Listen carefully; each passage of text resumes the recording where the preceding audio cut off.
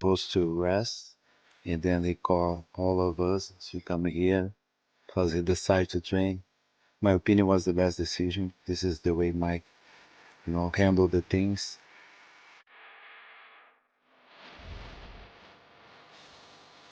So,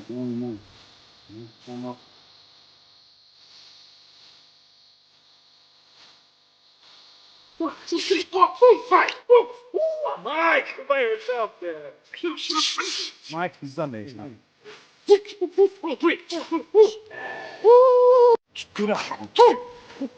pariu! Excellent, Mike. Excellent. We're good, man. Excellent. Let's dance, man. Smoke that joint they go to jail. here we are. Yeah, you know? Hey, here we are. He's devastating, man. 5, 4, 3, 2, and 1. The level of the game invents itself. People that participated add to it. Floyd Tyson's recent training footage doesn't feel like a nostalgic highlight reel. It looks like a heavyweight force being rebuilt with intention. The movement is sharp, the posture aggressive, and the energy suggests preparation rather than performance. Under the guidance of Rafael Cordero, the combinations snap with structure and authority. The explosiveness doesn't look theatrical. It looks drilled and disciplined. Across the debate sits Floyd Mayweather Jr., undefeated, but the psychological weight of Mike Tyson's 44 knockouts can't be. More rounds. Now you hit. You got it, dude. I don't want to chill. Got a box. Yeah. Stay hydrated. You gotta stay hydrated. You gotta stay hydrated. One box more round. You got a box round. We're done Friday. Save you for Friday, man. Huh? You know you can do 10 rounds like that. You know you can. You know you can. I need boxing. That's my thing. You know, all this stuff is Yeah. That's cool for your head. I need boxing. That's what I gotta do. I gotta box. More tomorrow. One candle.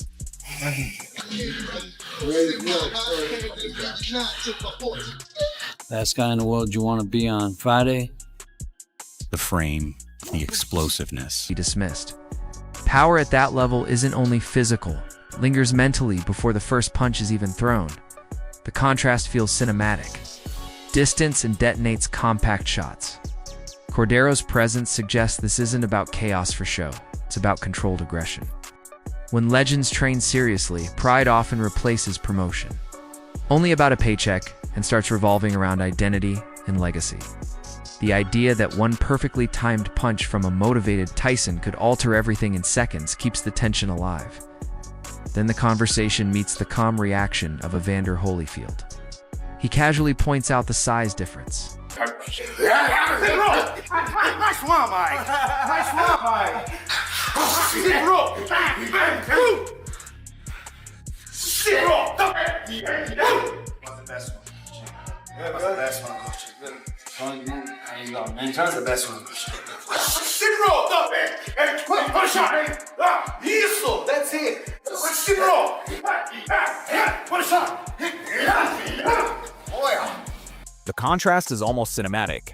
Floyd the master mover, It feels like understated truth. A natural heavyweight against a historically smaller defensive master isn't drama, it's physics. Mass and power always carry weight in boxing discussions. Holyfield also questions. That subtle remark shifts the debate from hype to legitimacy.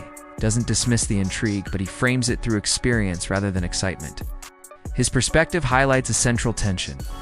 Skill can neutralize size, but size only needs one clean moment to matter. less volume.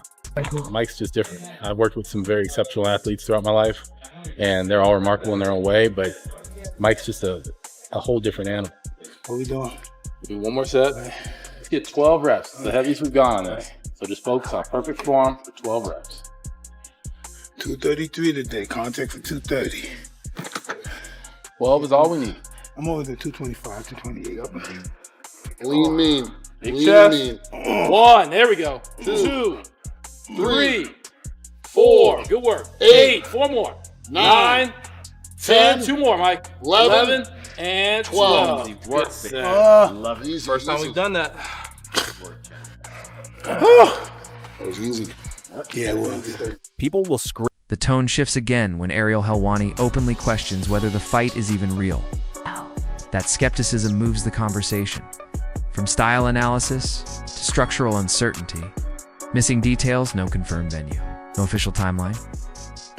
Make it feel less like a finalized event and more like a temperature check. In modern boxing, its announcements can sometimes test public interest before contracts fully materialize. Ariel also points to Tyson's recent performances and wonders about long-term. To the middle. 1, 2, 3, A little slow on the way down. 4. There we go. 9. One more. And slow. 10. No problem. Great step. Best set yet. Final round. Last one. Nice and strong. 30 times. Let you go. 1, 2. Here we go. 3, 4. Nice. 5. Yes, sir. 6, 7. Strong. 8. Strong. 9. Got this. Let's go. 2, 3, 4, 5, 6, 7. Let's go. 8, 9. One more. Get up. Nice work, Mike. that monstrous. It feels like understated truth. A natural heavyweight against a historically smaller defensive master isn't drama, it's physics. Mass and power always carry weight in boxing discussions. Holyfield also questions. That subtle remark shifts the debate from hype to legitimacy. Doesn't dismiss the intrigue, but he frames it through experience rather than excitement.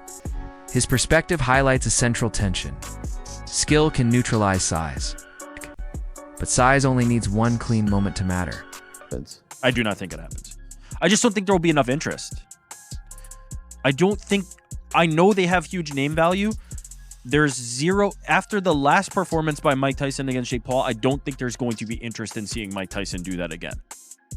I think if this match was made on the heels of Mike Tyson versus Roy Jones Jr., I think this would be blockbuster. I think people would be falling over themselves to consume this.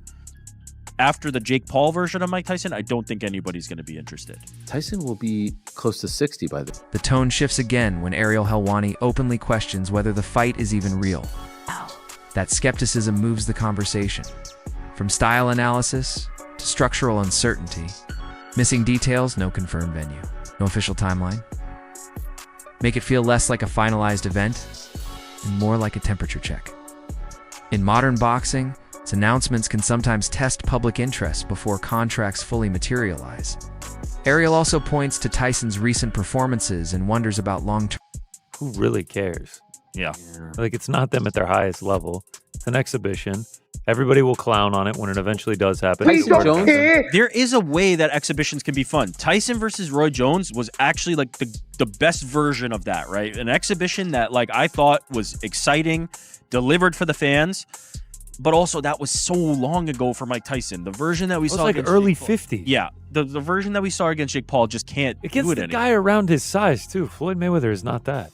Roy's pretty small, but So no, not as small as Floyd though. Term demand that aligns with earlier concerns about timing, spectacle, fatigue, and competitive sustainability. When the panel asks what the true appeal is, it forces an uncomfortable comparison. Nostalgia worked before, curiosity worked before, but this matchup carries a different emotional equation. Even so, the fact that analysts continue debating it proves the gravitational pull of both names still commands attention. Oh, it's your turn. Drop your thoughts in the comments, and let's really break this down. See you in the next one.